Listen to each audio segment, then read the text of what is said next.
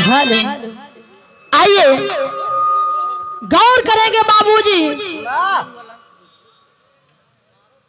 देश के तमाम वीर अपने प्राणों की आहुति को दे दिए बाबू। अपने प्राणों की आहुति की काबे में, अरे की काबे में तेरा जलवा, काशी में नजारा है।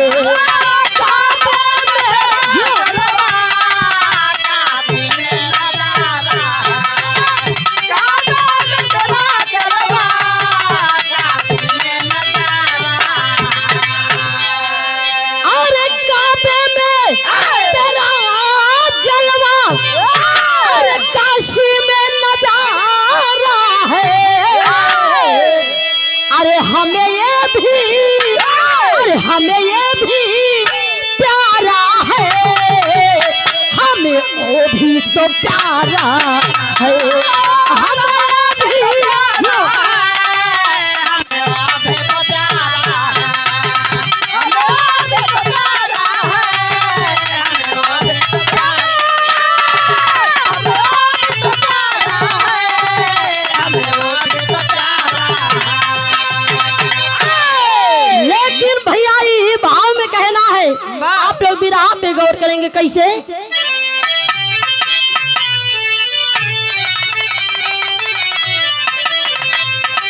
की जंग बाज, अरे जंग बाज जवानों में शेरों सी रवानी है। जंग बाज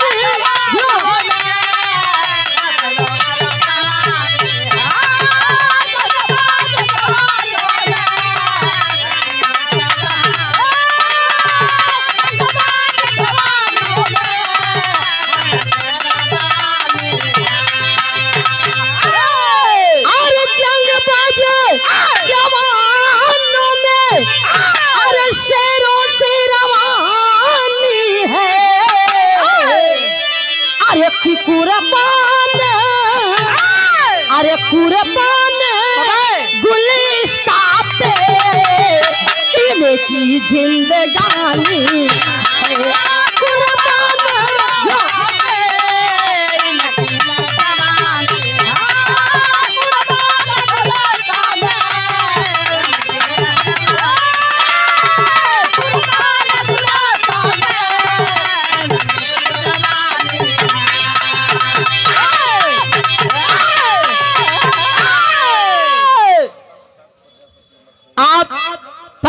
परम सम्मानित श्री माना बाबूजी लालता प्रसाद प्रजापति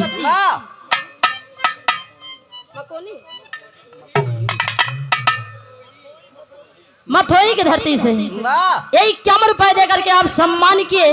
आपके श्री चरणों में कोट कोटि प्रणाम हो भैया। यहीं से हमारे विराह में कहानी का शुरुआत होता है। जौहरी छंद में कहना होता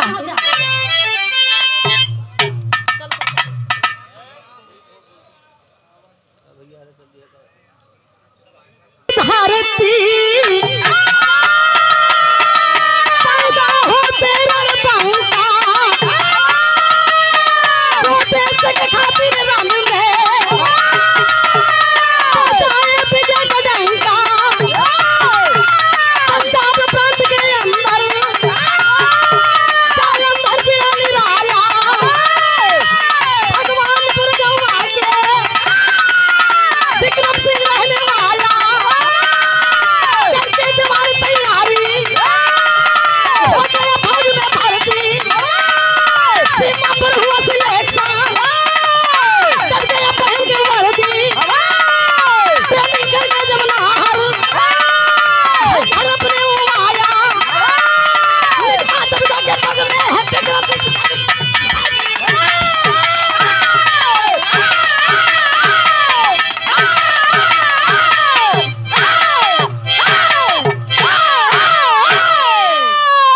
देखा भैया यही हो वीर रस। चापा पानी फेंक देगा।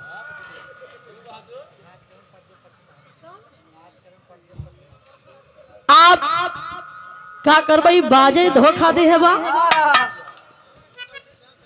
राजकरण प्रजापति वाह आप चाचा जी की तरफ से 51 रुपए का महान पुरस्कार बहुत बहुत प्रणाम हो।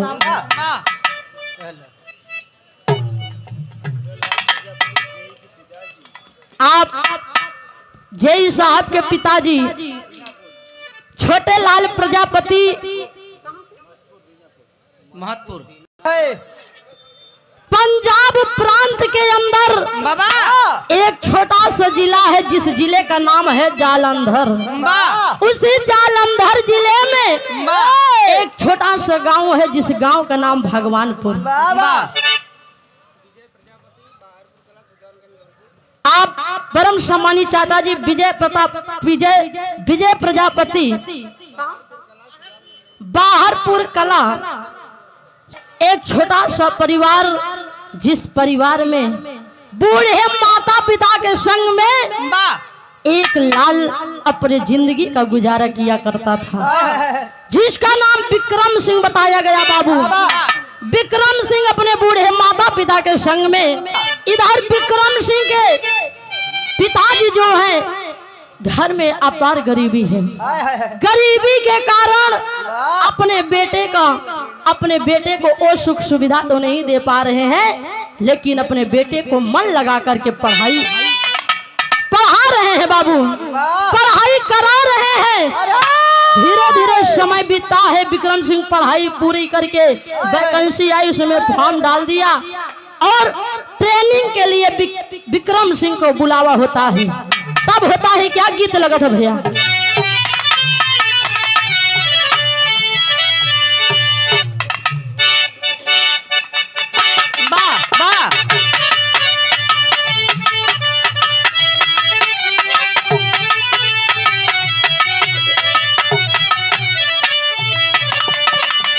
यह गीत चलाए न हो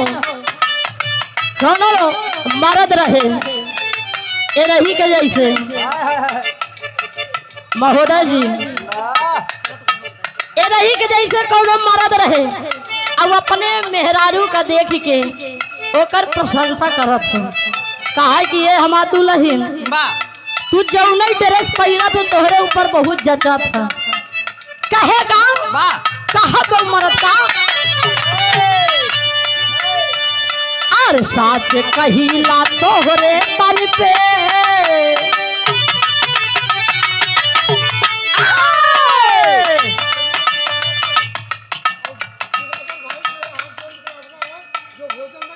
आप बाबूजी अलगूराम प्रजापति 51 रुपए दे करके आप बाबूजी सम्मान किए। आपके श्री चरणों में कोटि कोटि प्रणाम। और बाबूजी का कहना हो कि जो भाई लोग बाबू लोग भोजन ना किए हो आप जा करके भोजन कर लीजिए। कितना बार कहवा अबे समैया हो तो बिना कहे सब खा ली है काहे हैरान कहना हो का और साच कहिला तोहरे तन पे सोहेल जतना साड़ी कहिला तोहरे तन पे सोहेल जतना साड़ी कहिला तोहरे तन पे सोहेल जतना साड़ी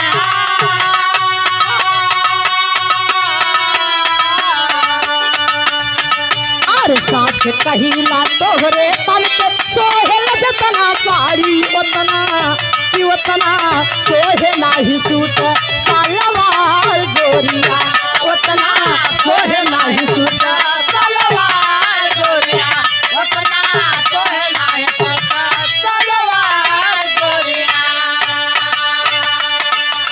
लेकिन इधर विक्रम सिंह ट्रेनिंग के लिए जाते हैं उनका सिलेक्शन हो जाता है। बाबू जब विक्रम सिंह का सिलेक्शन हो जाता है तब होता है क्या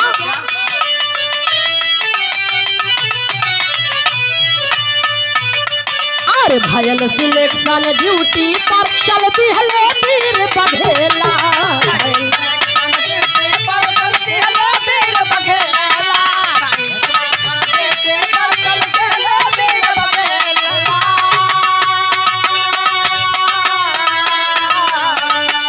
भयल सिलेक्शन ड्यूटी पर चल दी है वीर हो माई बाबू के कई के प्रणाम वीरवा माई बाबू के कई के प्रणाम वीरवा माई बाबू के प्रणाम वीरवा। अरे बाबू विक्रम सिंह अपने बूढ़े माता पिता का आशीर्वाद लेकर के और ड्यूटी पर चल देता है। होता है क्या, पहुंच गए विक्रम सिंह सीमा पे जाए, पहुंचल विक्रम सिंह सीमा पे जाए, पहुंचल विक्रम सिंह सीमा पे जाए।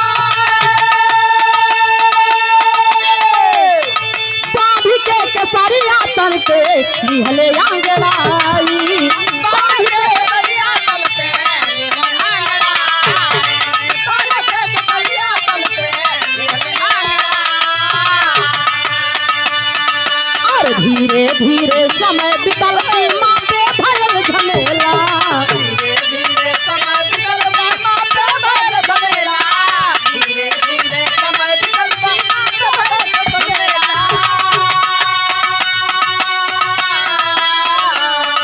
और धीरे धीरे समय बीतल सीमा पे भयल झमेला माई हो माई बाबू के कई के प्रणाम वीरवा माई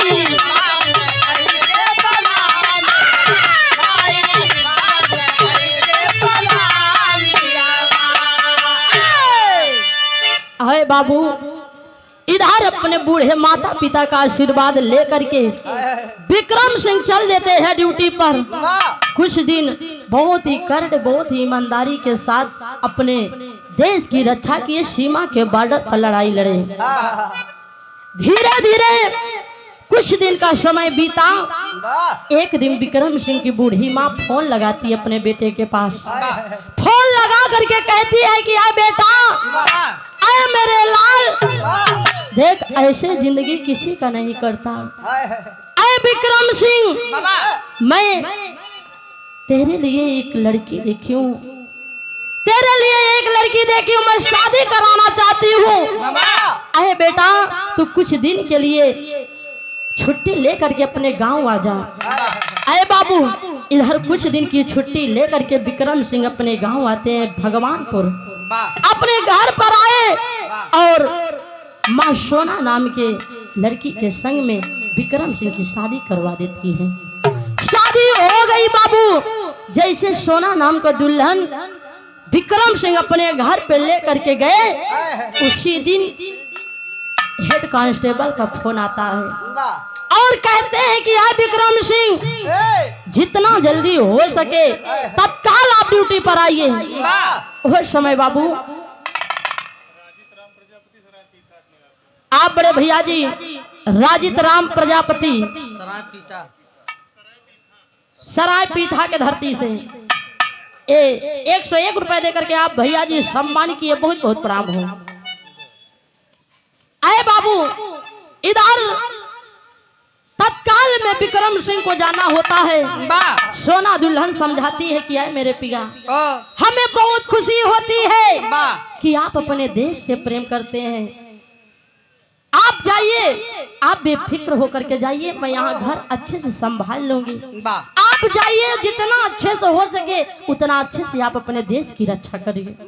आए बाबू, इधर विक्रम सिंह हाथ में रिवॉल्वर लेकर के चल देते हैं। होता है क्या, गीत बदला तब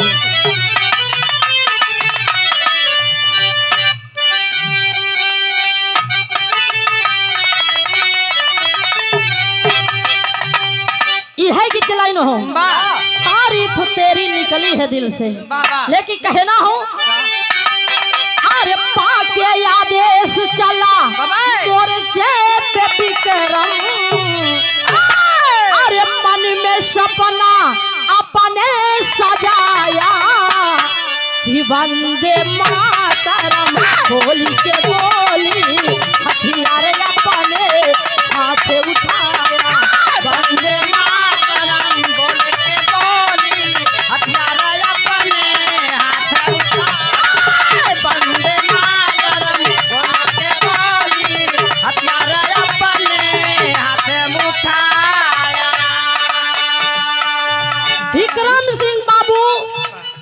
अपने हाथ में रिवॉल्वर लेकर के और दहाड़ते हुए शेर चल दिया अपने देश की रक्षा करने के लिए। होता है क्या, अपने मन में यही सोच रहे हैं विक्रम सिंह का,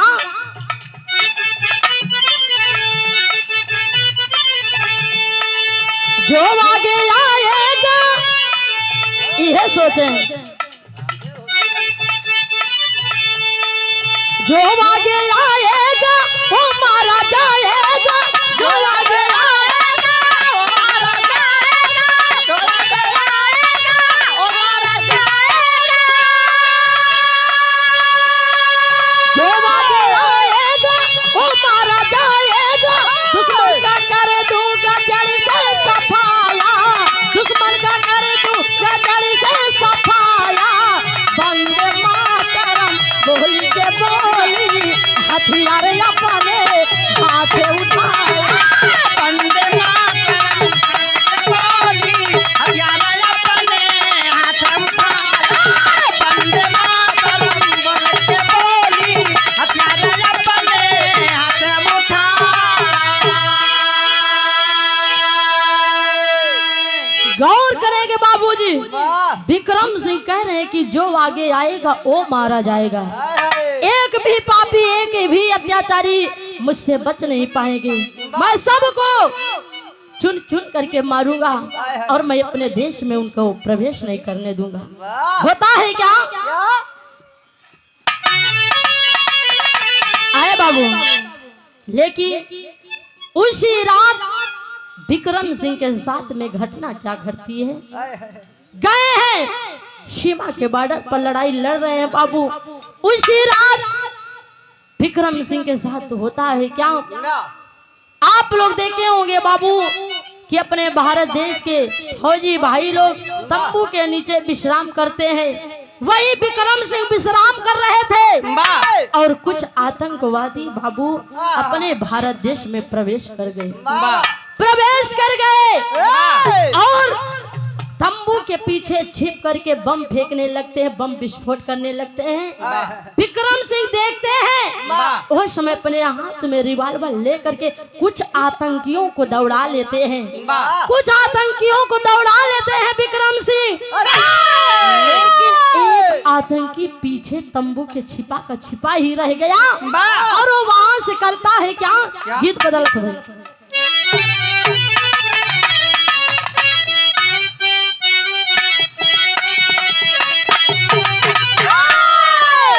यह गीत लाइन हो कि गोरिया दिन भर कई के कटिया,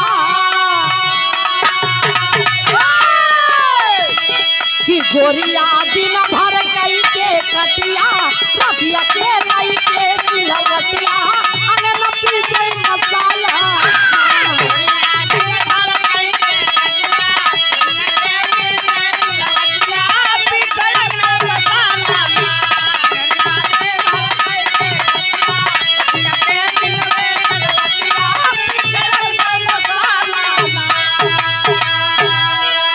लेकिन जब विक्रम सिंह बाबू हाथ में रिवॉल्वर लेकर के आगे बढ़े, कुछ आतंकियों को दौड़ा लेते हैं, तब होता है क्या, अरे आगे विक्रम सिंह बढ़ गई कि आगे विक्रम सिंह बढ़ गई ले, आगे कपिया चार भेटैले, मार के पहले गिराई।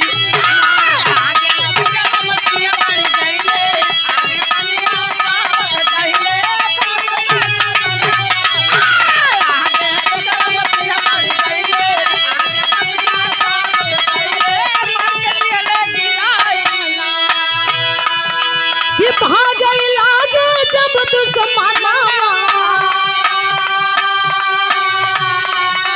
कि पीछा कैले वीर जवानवा, पीछा कैले वीर जवानवा, कि पीछे छिपल रहे कुछ जानवा, पीठ पर वार किए बेईमानवा, घायल भइले वीर जवानवा, पीठ पर वार किए बेईमानवा, फनवा कैली माई।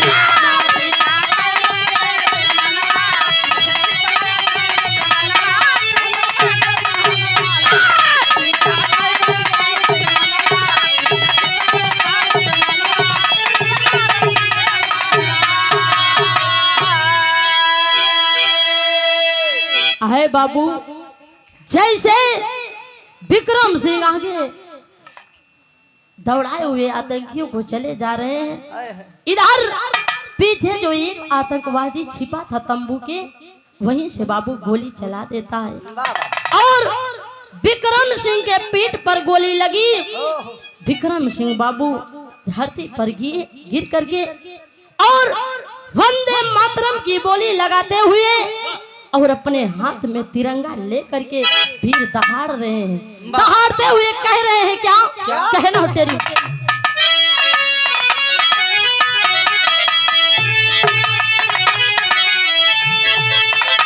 अरे तिरंगा ना झुकेगा ये कभी, तिरंगा ना झुकेगा ये कभी, अरे अंतिम सांस तलक ना मेरा कदम रुकेगा।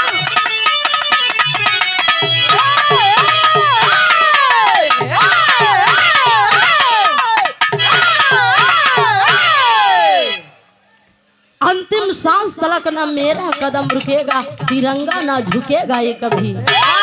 उस समय बाबू अपने भारत देश के वीर जवान की ललकार है। विक्रम सिंह दहाड़ते हुए कह रहे हैं कि तिरंगा ना झुकेगा ये कभी, अंतिम सांस तलक ना मेरा कदम रुकेगा, तिरंगा ना झुकेगा ये कभी। देखते ही देखते बाबू तब तक विक्रम सिंह के बूढ़ी माँ का फोन आ जाता है। प्रतिदिन का यही नियम था बाबू कि भोरारिया के बेला में विक्रम सिंह की माँ जब तक अपने बेटे की आवाज नहीं सुन लेती तब तक अपने दिन की शुरुआत नहीं करती थी। उस समय अपने बेटे के पास फोन की और विक्रम सिंह फोन उठा लिए, तड़तड़ गोलियां की आवाज सुनाई दे रही है बाबू। विक्रम सिंह देखते ही देखते अपने भारत देश के लिए शहीद हो गए, शहीद हो गए बाबू। और माँ का फोन चल रहा है, माँ इधर से आवाज लगा रही है कि आए बेटा, आए विक्रम सिंह, आए मेरे लाल, आखिर तू बोल क्यों नहीं रहा है, तेरी आवाज क्यों नहीं सुनाई दे रही है। रोज तू सबसे पहले प्रणाम बोलता था, आज तुझे क्या हो गया, क्यों नहीं बोल रहा बेटा। लेकिन बापू जब बेटा बोलने की हालत में, बोलने लायक हो तब तो उस समय बेटा तो देश के लिए शहीद हो गया। होता है क्या गीत बदल।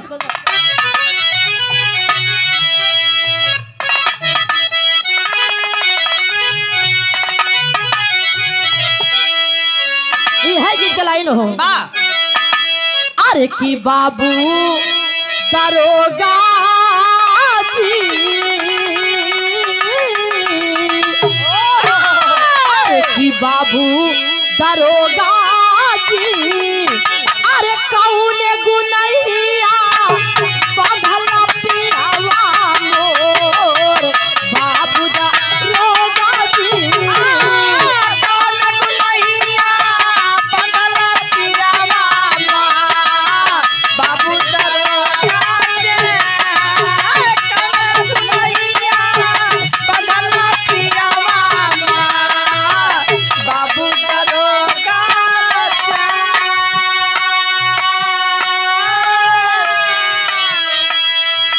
लेकिन है बाबू इधर विक्रम सिंह के माँ का फोन चल रहा है और माँ इधर से आवाज लगा रही है कि है बेटा, तेरी आवाज क्यों नहीं आ रही है, तू क्यों नहीं बोल रहा है, क्या हो गया तुझे लाल। वही समय माँ कहती है का, अरे मोरे सुगनवा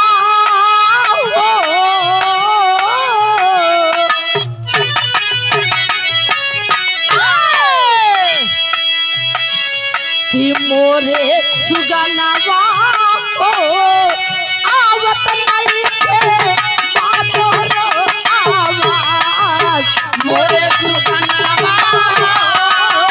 आवत नहीं थे बातों आवाज, मोरे सुगनवा आवत नहीं थे बातों आवाज, मोरे सुगनवा।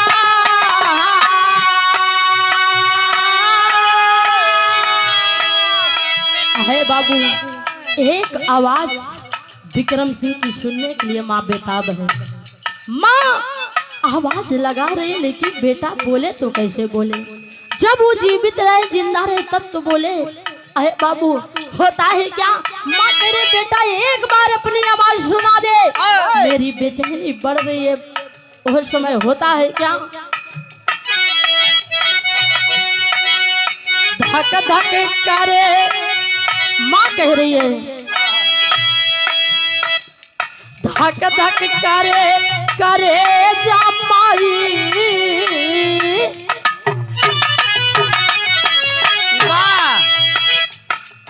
धक धक करे करे जमाई, पूछे लगली हाल। बाबा बोला फौजी देश का काम है, बोला फौजी देश का काम है, आ गइले तोर लाल रे सुगनवा हो।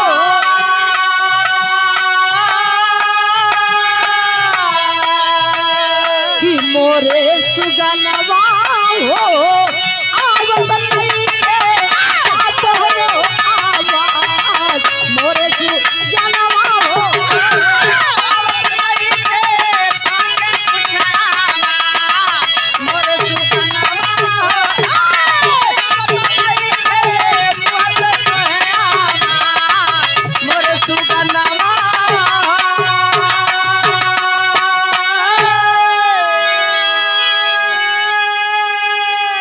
आए बाबू इधर विक्रम सिंह के माँ बार बार आवाज लगा रही है लेकिन बेटा तो देश के लिए शहीद हो गया। तब तक कुछ फौजी भाई लोग देखते हैं कि विक्रम सिंह की माँ का फोन चल रहा है।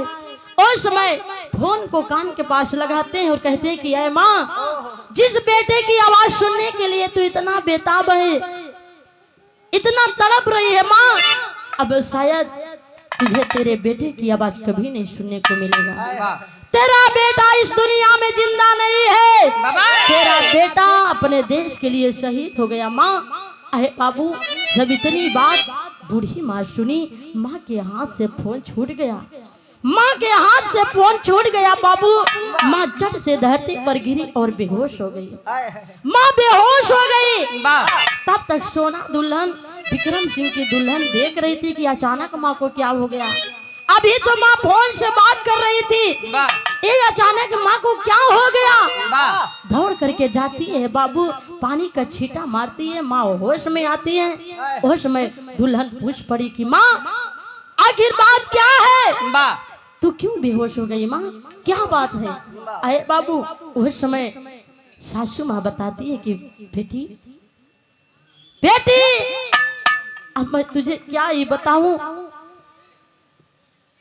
मेरा बेटा और तेरा सुहाग अब इस दुनिया में नहीं रहा, अपने देश के लिए शहीद हो गया पगली। अरे बाबू उस समय जब इतनी बात सोना दुल्हन सुनी, अपने माँ से, सासू माँ से लिपट करके दोनों सास और बहू रो रही है बाबू, रो रही है। होता है क्या, पहपट के लाइन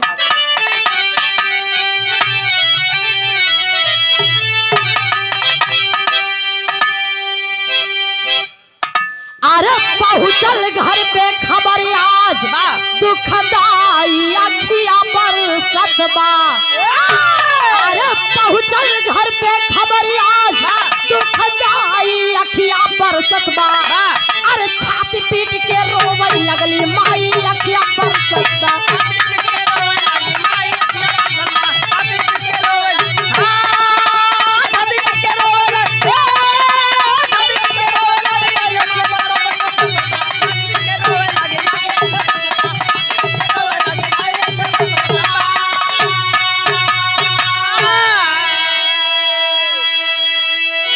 गोदी के दुलारा रहला, आखिया के तारा हो बाबा बाबा। अरे हमारे बुढ़ैया के रहला सहारा।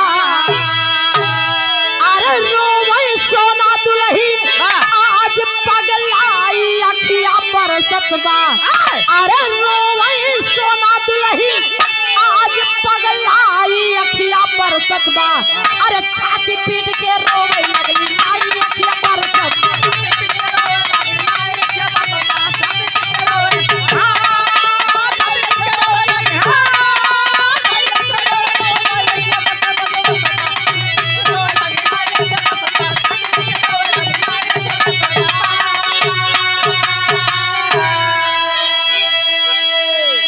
आए बाबू। पूरे गांव जवार पूरे नात रिश्तेदारी तक खबर हो गई कि विक्रम सिंह अपने देश के लिए शहीद हो गए। तमाम लोग बाबू विक्रम सिंह के दरवाजे पर आते हैं। तमाम बीडीसी प्रधान कोटेदार साहब, तमाम नेता विधायक और बाबू तमाम नात रिश्तेदार आ करके आंसू की धारा बहा रहे हैं। तब तक देखते ही देखते विक्रम सिंह का पार्थिव शरीर ताबूत में हो करके तिरंगे में लिपट करके भगवानपुर गांव में आता है बाबू। होता है क्या अलग भाव।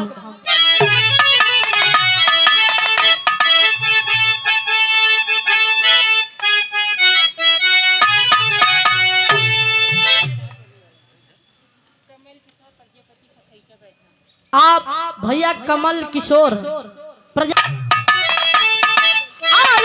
पटल तिरंगा में विक्रम के लसिया भैया।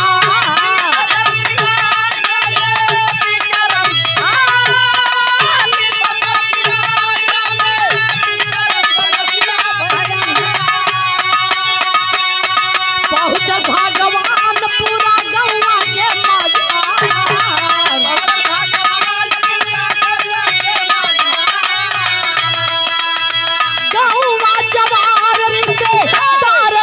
गईले बाबू।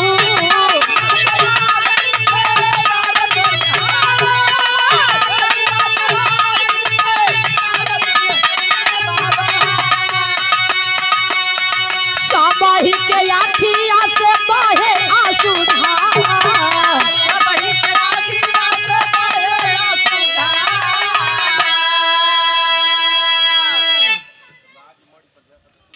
आप परम सम्मानित बड़े भैया राजमणि प्रजापति तुलसीपुर के धरती से ये 101 रुपए देकर के आप भैया जी सम्मान किए, बहुत बहुत प्रणाम हो। आए बाबू इधर विक्रम सिंह का पार्थिव शरीर तिरंगे में हो करके भगवानपुर गांव में आया। तमाम फौजी भाई लोग स्टाफ के लोग आए बाबू और सभी लोग जाते हैं विक्रम सिंह के पार्थिव शरीर पर श्रद्धा सुमन अर्पित करते हैं। सोना दुल्हन दौड़ करके गई, अपने पिया के सीने से लिपट करके रोने लगी और रो रो करके एक बात कहती है बाबू। क्या कहती है आखिरी लाइन में?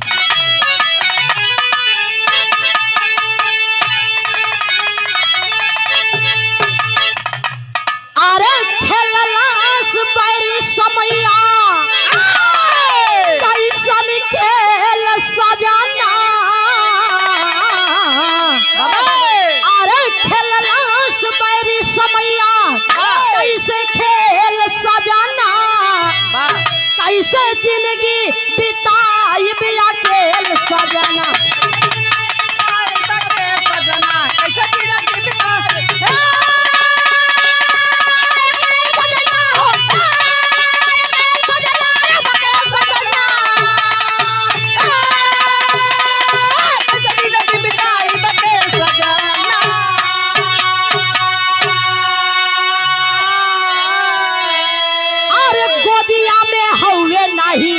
एक संतान अरे के करे सहारे जीवन बीती श्रीमान।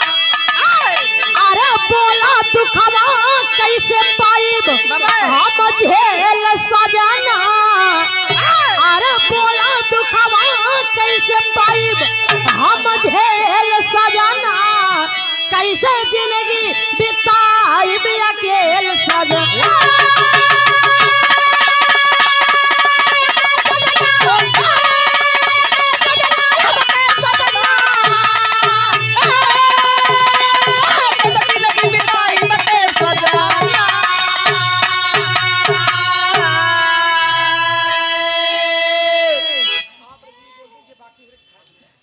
अच्छा भैया, ये गार्जियन महोदय जी का घर मलिक